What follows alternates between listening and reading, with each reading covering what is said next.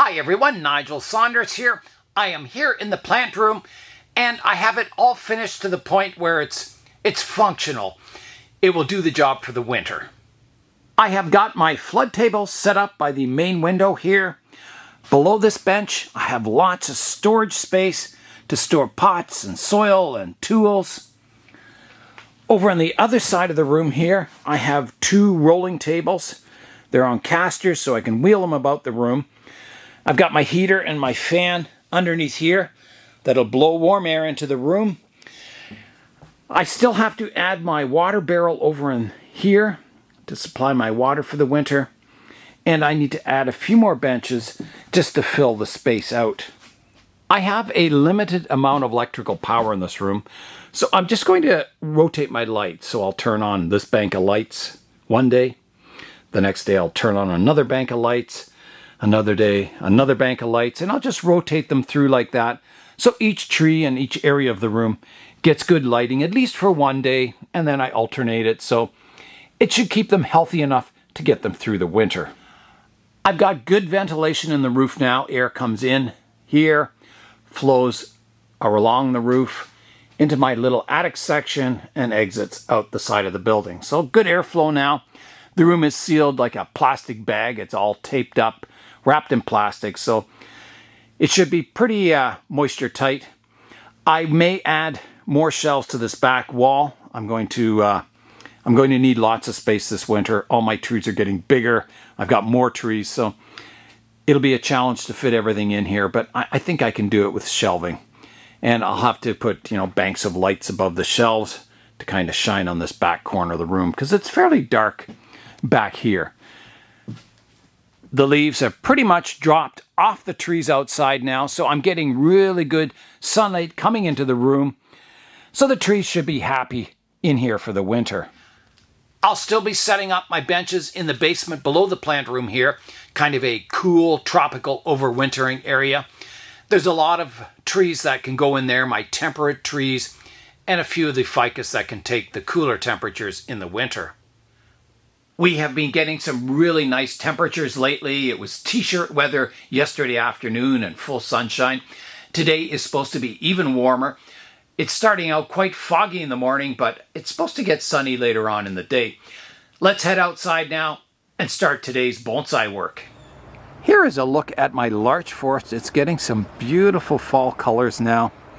Quite a range of colors from green to yellows to kind of orangey yellows and the straw color, the back here, which is the last color, then the needles fall off. So yeah, some really, really beautiful colors on the larch forest. My plant room is ready enough that I could start putting a few of the trees inside it. I usually start with my more tender trees. So in here, I have my baobab tree here. There's two trees actually. This one, when it was outside, the leaves started going yellow and falling off. I moved it into the greenhouse here, and it's right beside the heater. And it seems to like it because it's staying nice and green and healthy looking. It will lose all its leaves in the winter. I'll stop watering it, put it in the plant room, and it'll just overwinter with no leaves. And then when spring comes along, it starts budding out again and growing. So that's one tree that could go in the plant room. I could also move in my adeniums. They're down here, my adenium forest. You can see it's a little cool for it.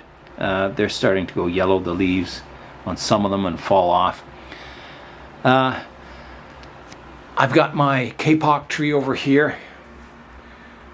That needs to go in. It can't take cool temperatures, so that has to come in. What else? My cashews down there, they can't take the cold either. I've noticed those trees, if they get below about 12 degrees Celsius, or that would be about 54, 55 degrees Fahrenheit. If they get below that, they die. So I don't want to leave them out here too long because at nighttime my temperature is getting down to about 10 degrees in here now, which is pretty cool. So the ones that are in front of the heater are still doing well. But I don't want to risk them anymore, so I've got to bring those in first. Let's go around and have a look at some of the other fall colors. So the larch is looking good. My Osage orange forest is really a bright yellow. It's quite beautiful. Yeah, I think it's going to look spectacular in fall someday. Many of the trees, like my red maples here, have lost all their leaves. My bald cypress over here, the leaves are turning a nice color on it. If you can't grow larches, if you're in too warm a climate, the bald cypress is the next best thing. They don't get the spectacular yellows in fall, but they get beautiful fall colors. And yeah, they're bare all winter. Spring they come out with a nice green. So they're a spectacular tree. I would say they're as good as the larch. Over here I've got a hawthorn. It's got some beautiful yellow colors on it. That's really cool. My American elm here, it's lost all its leaves. There's a few hanging on, but my linden here, leaves are almost gone. You can see they're pretty well done. There's a lot of fallen off already. My silver maples back here, they're just about done too. The colors have faded to almost nothing. They're looking ready to fall off. Over here, the trident maple, a blaze of glory, beautiful reds on it. Wow. Yeah, incredible colors on this trident maple. So that's going to be really nice to watch that in the future. My field maple here, beautiful yellows on it. Really like that. My royal oaks, oh, look at the colors on those. Beautiful yellows there, and up to the orangey browns here. They're just falling off now. My Norway maple, it had spectacular fall colors, but you can see the leaves are pretty well all off of it now. My mystery maple down here, it's still got some beautiful bright fall colors on it. What I do sometimes is if I'm walking around in fall and I see a tree that has beautiful fall colors on it and it has seeds, I pick the seeds and plant them. And I think this is one of them. I saw that it had beautiful fall colors, so I planted the seeds, and now I have a little tree with beautiful fall colors. My apple here has pretty well lost all its leaves. It had a good year of growth. I was quite happy with it. A lot of work coming to this tree, pruning, repotting. It'll be kind of exciting working on it once again.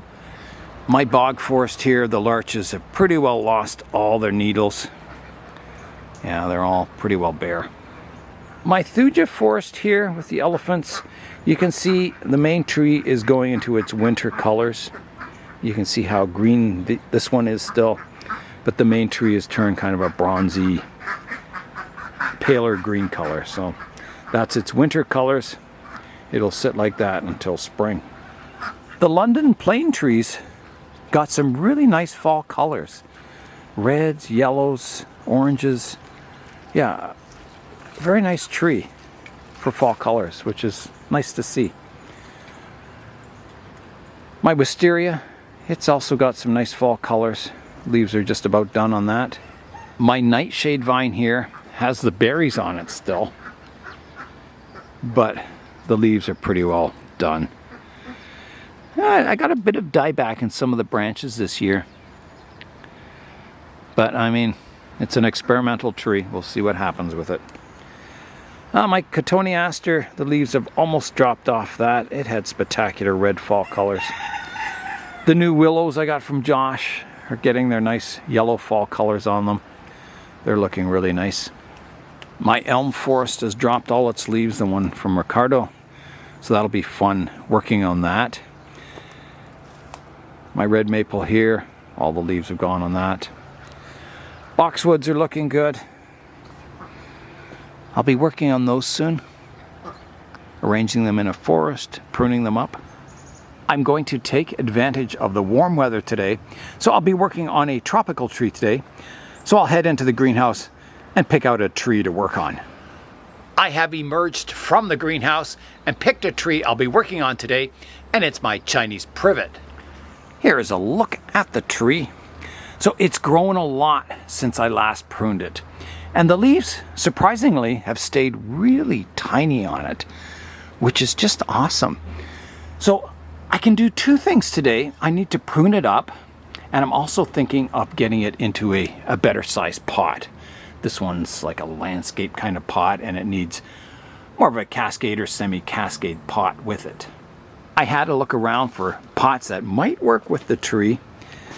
So I've got a selection from, fairly tall and small to fairly large, round, shallow. I've got a bit of everything, purple. So I'll try them in front of the tree, see what looks good. Hopefully one of these pots will kind of look good in front of the tree. So here's the smallest one. It's very small. I mean, it might work, but it looks a little maybe unstable in that pot. It looks like it's quite thick, this part of the trunk. It's not tapered, so it looks like it would probably tip over. The giant one, well, let's see that. There's kind of what it looks like. Oh, the tree looks pretty lost in that one. That's too big. Let's try the purple one. Purple. Again, I think that's too big. I mean, it's not bad, but not great. And I may not have a great pot for this tree. Here's a little black one.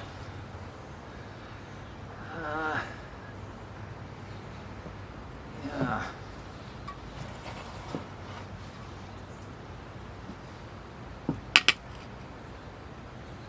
I think it's too big. The little blue one here.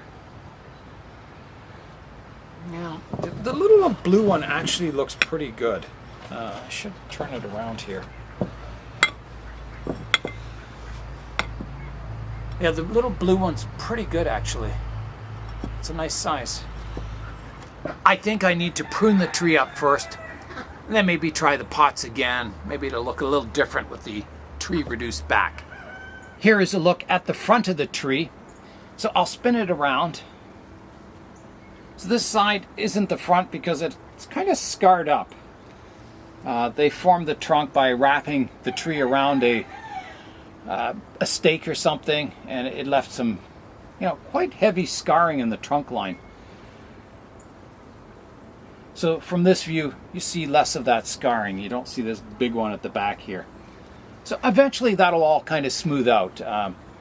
It'll take many years, but eventually you won't see that scarring as much. Before we begin the pruning today, I'm going to show you some video footage of when I pruned it last in May of this year. So again, it looked very similar to this, and I pruned it back, getting kind of a bare branch structure, something I could build on. Hi everyone, Nigel Saunders here. It has been over a month since the Chinese Privet workshop, and you can see my Chinese Privet is growing quite bushy and needs a pruning. Today I pruned up my Chinese Privet, taking it from kind of a bushy looking tree down to the basics of the basic branch structure in order to get a style or a theme going for the tree, that curvy kind of smooth flowing style, and it's something I can build on in the future and continue to improve. You can see how much it's filled in now. So today I'm going to bring it back again. So I'm going to begin the pruning now. So here's my apex. I want a small kind of apex here, and then the rest of the branch is quite flowing. So you can see a lot has grown in here. I've got some very strong shoots here.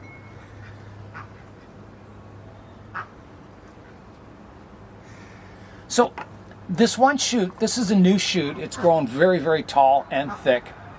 And I don't want it because my movement of this little apex is over to this side, and this one kind of goes the opposite direction. So I need to remove that totally. I'm going to rough prune this branch off first, then I'll come in and refine it. Here is the branch right here.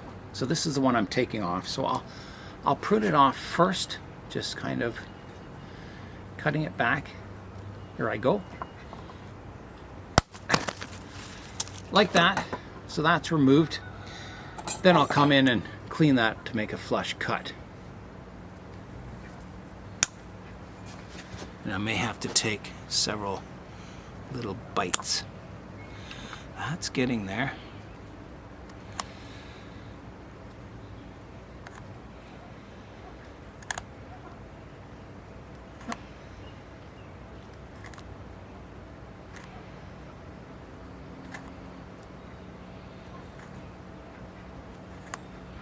Okay, I think that's good. I think that'll heal nice and flush there.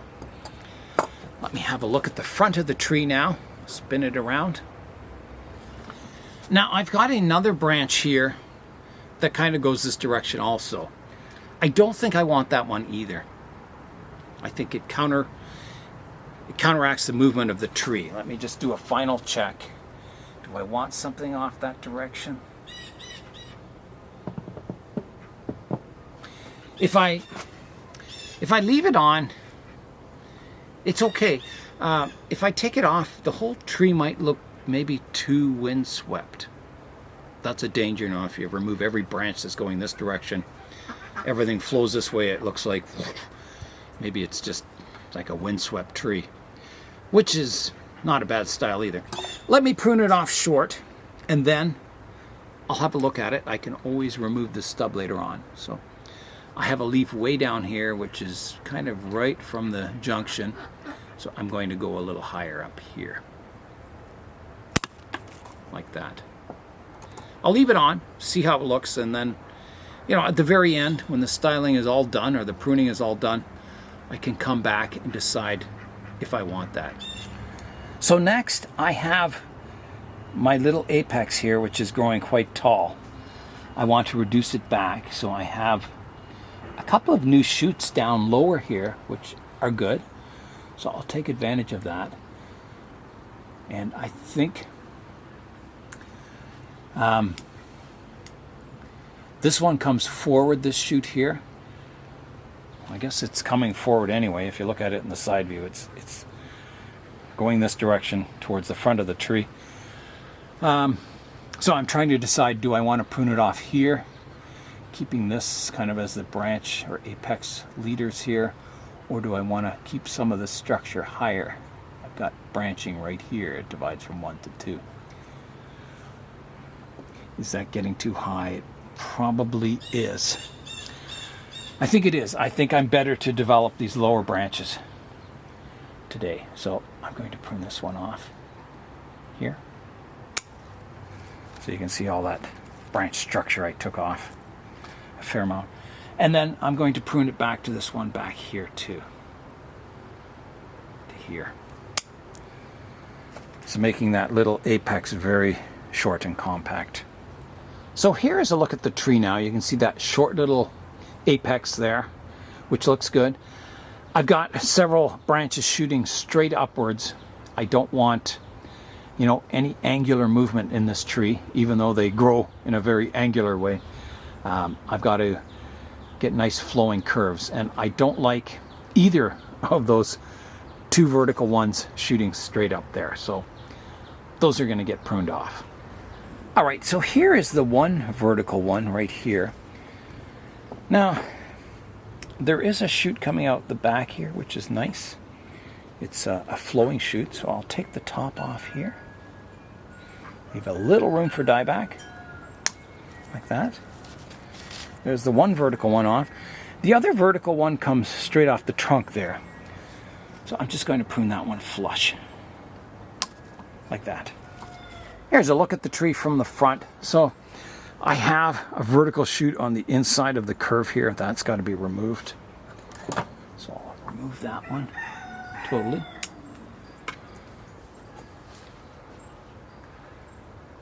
So good. So this branch here, it doesn't go straight vertical. It has a bit of flow to it. Do I want to keep it is the question. It's right out front. I don't think I do. It kind of blocks my trunk line. I have stronger branches over here. So I think that one is a new shoot and it has to go. Okay, so off it goes totally. I'll use my pruners for that. Like that. So you can see that really exposes the trunk line. So now I'm getting back to these branches that I left over here. I have a new one growing in on the bottom here, which isn't really flowing. The flow line kind of goes upwards here, so this one kind of counteracts that movement, so I think that one's got to come off totally too. Just snip it off for now and clean that up a bit like that. So now you can see the trunk line flowing out to the tip. There's, you know, quite a scar here to heal, but that'll come. And also that one here from where it was wrapped around a bamboo stake or something, piece of wire, I don't know. Okay, so now I'm kind of getting out to the tips. I've got to find flowing branches. So my movement comes up, down, it flows up again, and ideally I'd want it to kind of cascade down. So I'm looking for branches that cascade. I'm not seeing a whole lot. It's all kind of upward growth. So, you know, maybe I can do what I can here. This is all upward growth here. I've got a little shoot on the bottom back here. And not much else. So I'll prune the top off. Here I go. Like that. Taking that whole clump of foliage off. And see what happens in this area. You know, I may get some shoots coming off the bottom. It's quite possible. I have a branch sticking out from this one at the back that comes straight forward. I'll take that out like that. So now you can see that junction a bit better. There's one coming out the bottom here. Again, it doesn't flow. It kind of comes out the bottom of the plant and then goes horizontal. So that one's got to come off too. So now I'm looking at this branch up here.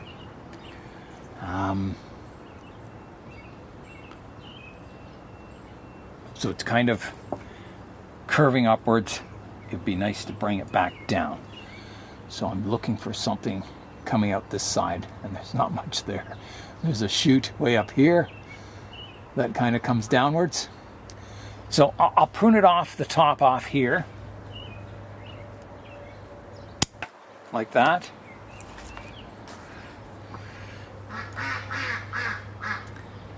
I do have, there's a little shoot here. That's a nice direction. So I'll take the one off the top here. That one's gone. I'm going to prune this one back. This one is going to get pruned back.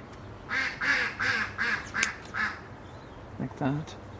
And there's some branches at the back now. Let's have a look at these ones back here.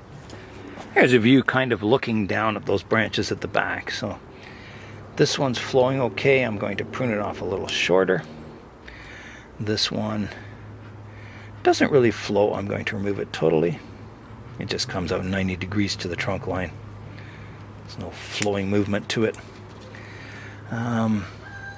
There's one here that this one is also 90 degrees to the trunk line. Get rid of that. This one also. And this one also. It's just not doing anything. This one's nice. It flows in a good direction. I'll just clean up a stub here. There we go. And I'll prune some of these ones back a bit. That should encourage more branching. I think that's going to be it. There's a shoot on the top here. I don't want that. It's on the inside of a curve. Get rid of that too. Okay, let's have a look at the tree from the front. Here is a look at the tree from the front view now. So at first glance, it doesn't look like it's made any progress over the whole summer because I'm kind of back to the same structure, the same branch structure I had in May when I last pruned it. However, this apex has made progress. I've got it shorter. I have more branching in that apex. That part of it looks much nicer. These branches have thickened up, the ones I want to keep. The whole tree is thickened up a little bit. It's a little more flowing. The scars are maybe a little less noticeable. And I have some new branching on it that I can further develop into the future. So The root base, I'm sure, has made a lot of progress. I can already see flare at the base of the tree, which is really good to see. So I want to continue to develop that also. I'm just checking out the flare here. It's looking very, very nice. I'll show you a close-up of that. Here's a close-up of the trunk, and you can see from the back view here, it's getting quite a nice flare at the base of the tree. Yeah, it's looking quite nice.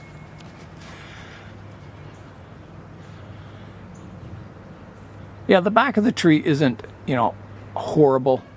It's just not as nice as the front. The front's a little more natural looking.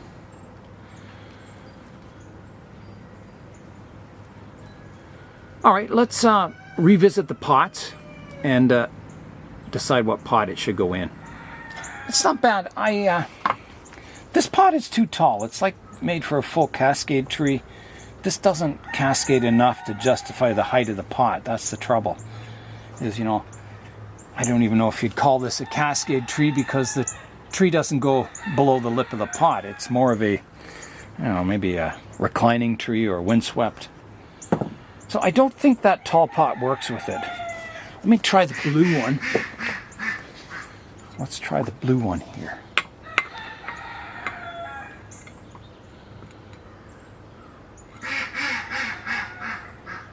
You can see the blue one, if I put the tree in the center of the pot, this part comes down on the lip, which isn't very nice looking. It would need to be offset in the pot, and then I've got the same problem as this one. You got all this mass in the back of the pot that's just looks useless. So I don't think, if the pot was more that size, yeah. So maybe I'm looking for more of a square pot like that. I found another couple of pots I'll try. They're round pots. This is an Eldon lease pot, and this is just a Chinese pot. I think that one was from the dollar store. So let me see. The Eldon lease pot is not bad. It's a little wide. Again, if I plant the tree in the middle, this part of the tree comes kind of right over the edge of the pot, which is, if it was this size but it didn't have the lip that extended out, it'd be a lot better. Let's try this one. This one might be the pot for it.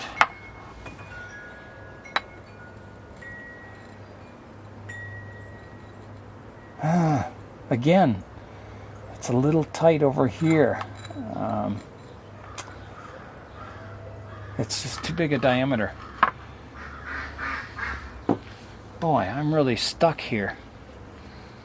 Let me look again. Maybe I can find another pot somewhere. Well, luckily I looked around once again because I spotted a pot here that's, almost the same size as the tall cascade pot, but you can see it's about half the height. So let's see what this looks like in front of it. Now we're getting somewhere. I think that might be the pot for it. Yeah, that's looking good. So you can see we're going from quite a large pot to a very tiny pot. It will be interesting to see what the root base is like in this pot. If there's too many roots, it won't fit in here comfortably. I'll have to use a bigger pot as a transition, but this would be the pot for it. Kind of the show size pot for the tree. I am ready to repot the tree. So my first step is to get the tree out of the pot. So I'll kind of loosen up the edges. Make sure it's kind of freed from that lip on the inside. It's feeling pretty good. It's tight. Definitely the roots have grown a lot.